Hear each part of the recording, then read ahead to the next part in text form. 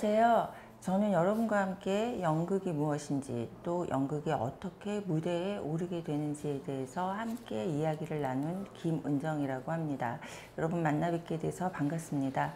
오늘은 제1강으로 연극이 과연 무엇인지에 대한 가장 기본적인 이야기를 진행해 보려고 합니다. 제가 여러분에게 준비한 사진은 이 두 개의 사진입니다. 왼쪽에 있는 것은요, 로미오와 줄리엣을 영화로 만든 장면이고요. 오른쪽에 있는 것은 같은 작품인 로미오와 줄리엣을 연극으로 만든 작품입니다. 여러분 사진으로 보셨을 때 이 같은 작품이 서로 다른 장르로 표현됐을 때 무엇이 다른지가 조금 보이시나요? 이 질문이 조금 어려우시다면 여러분은 두 장르 중에서 어떤 장르를 훨씬 더 선호하십니까? 로미오와 줄리엣을 여러분들이 감상하신다면 어떤 장르를 선택하실까요? 아마도 제 생각에 여러분들은 연극보다는 영화를 선호하지 않으실까 싶습니다. 왜냐하면 사람들이란 보통 어떤 것을 선택할 때 낯선 것보다는 익숙한 걸 선택하기 마련이죠.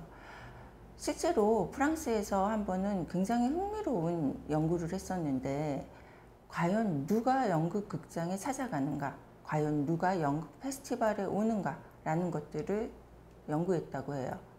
결과는 여러분과 같은 청소년기에 연극을 한 번 이상 관람했던 경험이 있는 사람이 다시 극장을 찾는다라는 결과가 나왔습니다.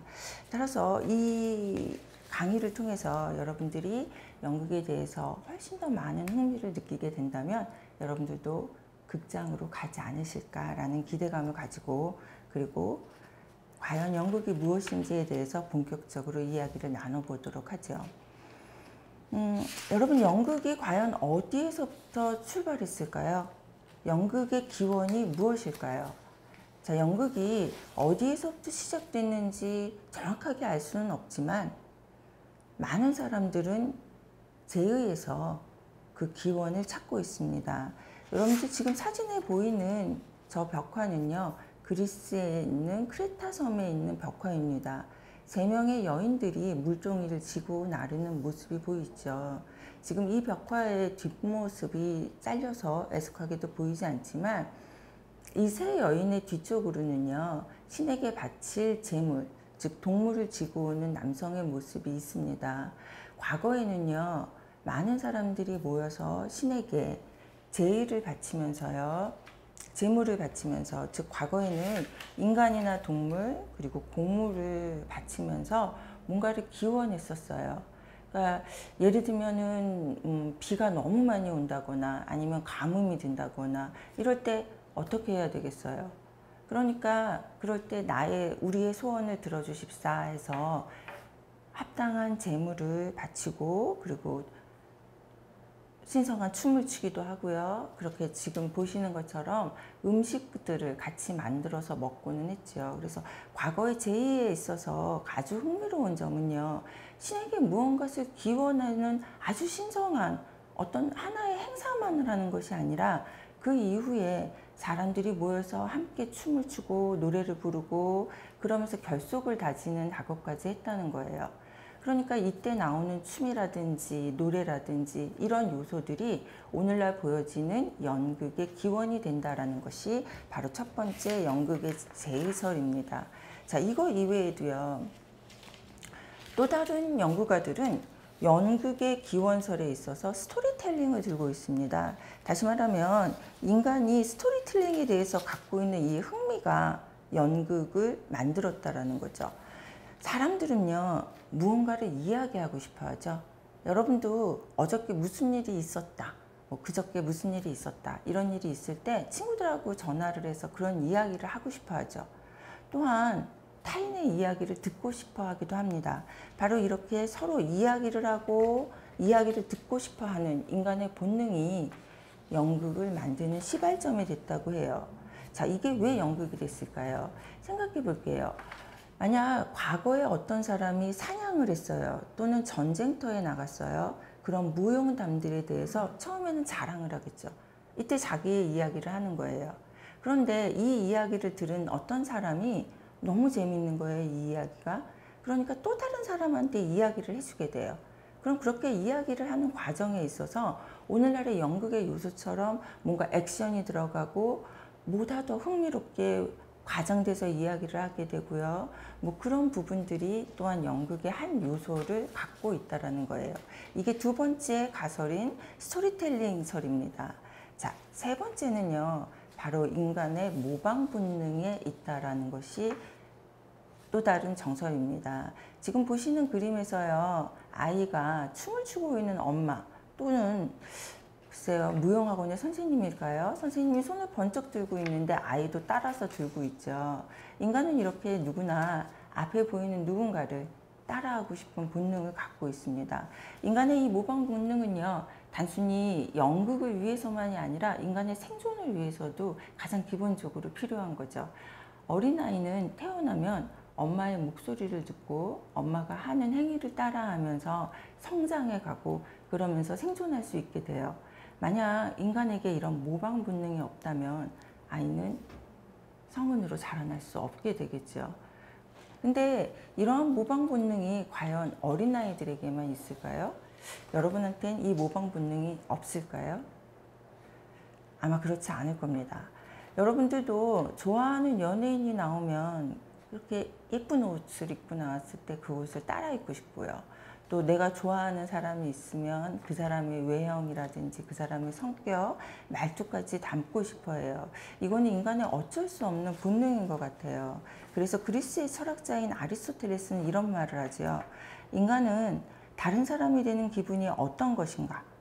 또 왜 다른 사람이 그렇게 행동하는지를 너무나 알고 싶어 하기 때문에 타자를 모방하고 그리고 또 누군가를 모방하는 모습을 관람하기를 원한다. 이것이 연극의 시초다 라고 이야기를 합니다. 그래서 여러분들은 지금까지 연극에 대해서 연극이 어떻게 시작을 하게 됐는지에 대해서 제의설, 또 다른 걸로 스토리텔링설, 그리고 세 번째 지금 방금 보신 모방설이 있어요. 이 세 가지 중에서 여러분들은 어떤 것이 가장 그럴싸하다고 생각하시나요? 그리고 이 세 가지의 이야기를 공통으로 묶는 것이 있다면 과연 무엇이 있을 거라고 생각하십니까? 이 세 가지가 서로 같이 맞물리는 공통 분자가 있다는 거 혹시 알고 계시나요? 자, 네덜란드의 역사가이고 철학자인 요한 호이징어라는 사람은요. 인간을 호모 사피엔스 이전에 호모 루덴스라고 정의하고 있습니다. 여러분 호모 사피엔스라는 이야기 많이 들어보셨죠? 우리가 흔히 인간이 동물과 다른 점이 무엇이냐라고 이야기를 할 때 주저없이 우리는 이렇게 얘기합니다. 인간은 동물과 다르게 생각할 줄 안다. 즉 인간은 동물과 다르게 이성을 가지고 있다라고 이야기를 하죠. 그것이 바로 호모 사피엔스입니다. 그러나 요한 호이징어는요. 우리가 호모 사피엔스이기 이전에 인간은 놀 줄 아는, 유의를 할 수 있는, 즉 노는 인간이라는 거예요. 이것이 인간의 보다 더 근원적인 본질이라는 거죠. 자, 그렇다면 지금 제가 방금 말씀드린 제의설, 또 스토리텔링설, 그리고 이 모방설까지요. 저는 이 세 개를 아우를 수 있는 것이 바로 이 호모 루덴스라는 생각을 하게 됩니다. 여러분 근데 논다는 것이 과연 무엇이라고 생각하세요? 지금 제가 그림을 갖고 온 이 얀폰 홀레벤이라는 작가는요. 지금 이렇게 노는 모습을 막 그려놨죠. 자전거를 타고 놀기도 하고 뭐 누워서 뭐 날아다니는 것도 보여지고요. 그런데 이 작품의 제목에다가 뭐라고 이름을 지었냐면 어린 시절, 즉 유년기라고 지었다는 거예요. 그렇다면 여러분, 어린 시절을 지나고 나면 우리는 놀지 않나요? 가끔 우리가 이런 말을 하죠. 친구한테 전화를 해서 야 오늘 만나서 우리 놀자. 내지는요. 엄마가 또 이렇게도 얘기를 해요. 야 너 1시간만 딱 공부를 하면 그 다음에는 2시간 놀 수 있어. 그러니까 1시간만 공부해. 이런 말도 해요. 그러니까 지금 우리도 분명히 놀고 있어요. 그런데 왜 홀레벤 작가는 저 놀이라는 부분을 어린 시절이라고 명명했을까요? 자, 여기에는요, 우리한테는요, 이미 우리가 논다라고 얘기했을 때, 즉 엄마가 1시간만 공부를 하면 놀 수 있어 라고 이야기를 할 때는요, 일하는 것과 놀이가 분리되어 있죠. 다시 말해서 삶과 놀이가 분리되어 있는 거예요. 그런데 어린 시절은 어떻습니까? 어린 시절에는 이 놀이와 일하는 것에 경계가 없어요. 연극의 시원도 그랬습니다. 제이도 그랬고요. 여러분, 축제를 하고 신에게 무언가를 바치는 그 순간에 사람들이 막 놀 때요, 이들한테는 그것이 단순한 놀이는 아니에요. 삶이면서 또한 놀이인 거죠. 그래서 놀이와 삶의 경계들이 없어져 붕괴되는 그 시점들로 오면서 오늘날의 문화라는 것들이 만들어졌고, 오늘날의 연극의 형태가 만들어지고 있습니다. 그래서 연극이라는 단어에 대한 어원을 좀 살펴보면은요, 우리가 이거를 보다 더 확실하게 알 수 있어요. 자, 영어에서요, 연극을 가르치는 용어는 보통 세 가지로 이야기를 합니다. 플레이, 티어터, 드라마, 이렇게 얘기를 해요. 그런데 이 중에서 우리한테 가장 일반적으로 통상적으로 오늘날 연극을 지칭하는 용어는 티어터예요. 자, 첫 번째 플레이라는 용어는요, 게르만어에서 유래한 말로 그야말로 정말 놀다라는 뜻이에요. 반면에 티어터라는 말은요, 고대 그리스의 테아트론이라는 말에서 파생된 단어로 어간인 테아는 눈으로 보다 라는 뜻을 갖고 있고요. 뒤에 붙은 트론이라는 말은 장소를 가르치게 되었습니다. 따라서 연극이라는 것은요, 즉 공연을 할 수 있는 장소, 극장이 생겨난 이후에 연극이라는 것이 하나의 예술 장르로 굳어졌다라고 우리는 볼 수 있는 것이죠. 그리고 마지막으로 보는 드라마라는 것은요, 고대 그리스어 드라오에서 유래한 용어로 무언가 연기를 하는 것을 이야기를 해요. 그래서 실제로 드라마라는 용어는 연극 용어로서 출발을 했습니다. 그런데 오늘날에는 뭐 아침 드라마, 주말 드라마라는 말로 종종 TV 드라마를 가르치는 용어로 굳어져 있죠. 그래서 이제 왜 연극이 극장에서부터 시작하게 됐는지에 대해서 간단하게 좀 살펴보죠. 네, 고대 그리스에서는요, 이렇게 디오니소스 축제에서 연극이 시작되었다고 해요. 디오니소스는 여러분들이 알고 계시는 것처럼요, 그리스의 수많은 신들 중에서도 포도주와 포도를 관장하는 신이고 다산과 풍요를 관장하는 신이기도 합니다. 이 신을 기리기 위해서 당시 사람들은요, 춤과 노래를 추면서 굉장히 오랜 시간 동안, 몇 날 며칠 동안 축제를 벌였다고 해요. 하지만 이것을 연극이라고 이야기하지는 않습니다. 이것이 연극이 됐을 때는요, 네, 지금 보시는 것처럼요, 그림에 나오는 것처럼 고대 그리스에서 디오니소스 극장, 즉 공연을 할 수 있는 장소가 마련됐을 때부터입니다. 자, 이렇게 극장이 마련됐다는 것은 무엇을 의미할까요? 아주 명쾌하게 공연을 하는 공간이 있고요, 그 공연을 바라보는 객석이 있다는 것이에요. 이거는 공연을 하는 행위자와 공연을 보는 관람자가 분명하게 갈리고 있다는 거죠. 즉, 그래서 여러분 혹시 국어 시간에 연극의 3요소에 대해서 들어보신 적 있으신가요? 연극의 3요소가 뭐죠? 연극의 3요소는 첫 번째, 어떤 이야기를 할 것인가? 희곡. 그 다음에요, 두 번째, 배우가 있어야겠죠? 그리고 세 번째, 가장 중요한 관객이 있어야 됩니다. 그리고 마지막에 무대가 있어야 되겠죠. 이렇게 되면 무대까지 하면 연극의 4요소가 돼요. 그래서 고대 그리스의 극장이 탄생한 이후부터 오늘날의 여러분들이 알고 계시는 예술 장르 중 하나인 연극이 도래하게 됩니다. 자, 이제 여러분들한테 질문을 하나 할게요. 자, 지금 저렇게 생긴 극장에서 과연 어떤 식의 공연이 올려졌을까요? 우선 첫 번째 특징은 야외에서 벌어졌다는 거예요. 자, 야외에서 벌어졌으니까 조명이 있었을까요? 물론 야외라고 뭐 공간을 이야기해 드리지 않아도 고대에 전기가 들어오지 않았겠죠. 그러니까 조명은 없었어요. 자, 그리고 저 공간에서 무대 장치는 어떻게 변했을까요? 여러분, 오늘날 우리들이 연극에서 보는 것처럼 아주 현란한 무대 장치는 없었다는 뜻이죠. 그래서 과거에는요, 아이고 죄송합니다. 자, 이 무대에서 과거에 처음에 공연을 할 때 처음에 시작은 이랬어요. 처음에는요, 배우가 한 명밖에 등장하지 않았어요. 여러분들도 극작을 해보시면 아시겠지만 배우를 여러 명을 만들 때는요 굉장히 많은 내공이 필요해요. 그러니까 처음 연극을 시작을 할 때는요 한 명의 사람, 한 명의 주인공이 자신의 스토리를 풀어가는 거예요. 근데 지금 사진에는 크기가 뭐 그렇게 커 보이지 않죠. 하지만 저 디오니소스 극장이 상당히 큰 규모를 갖고 있어요.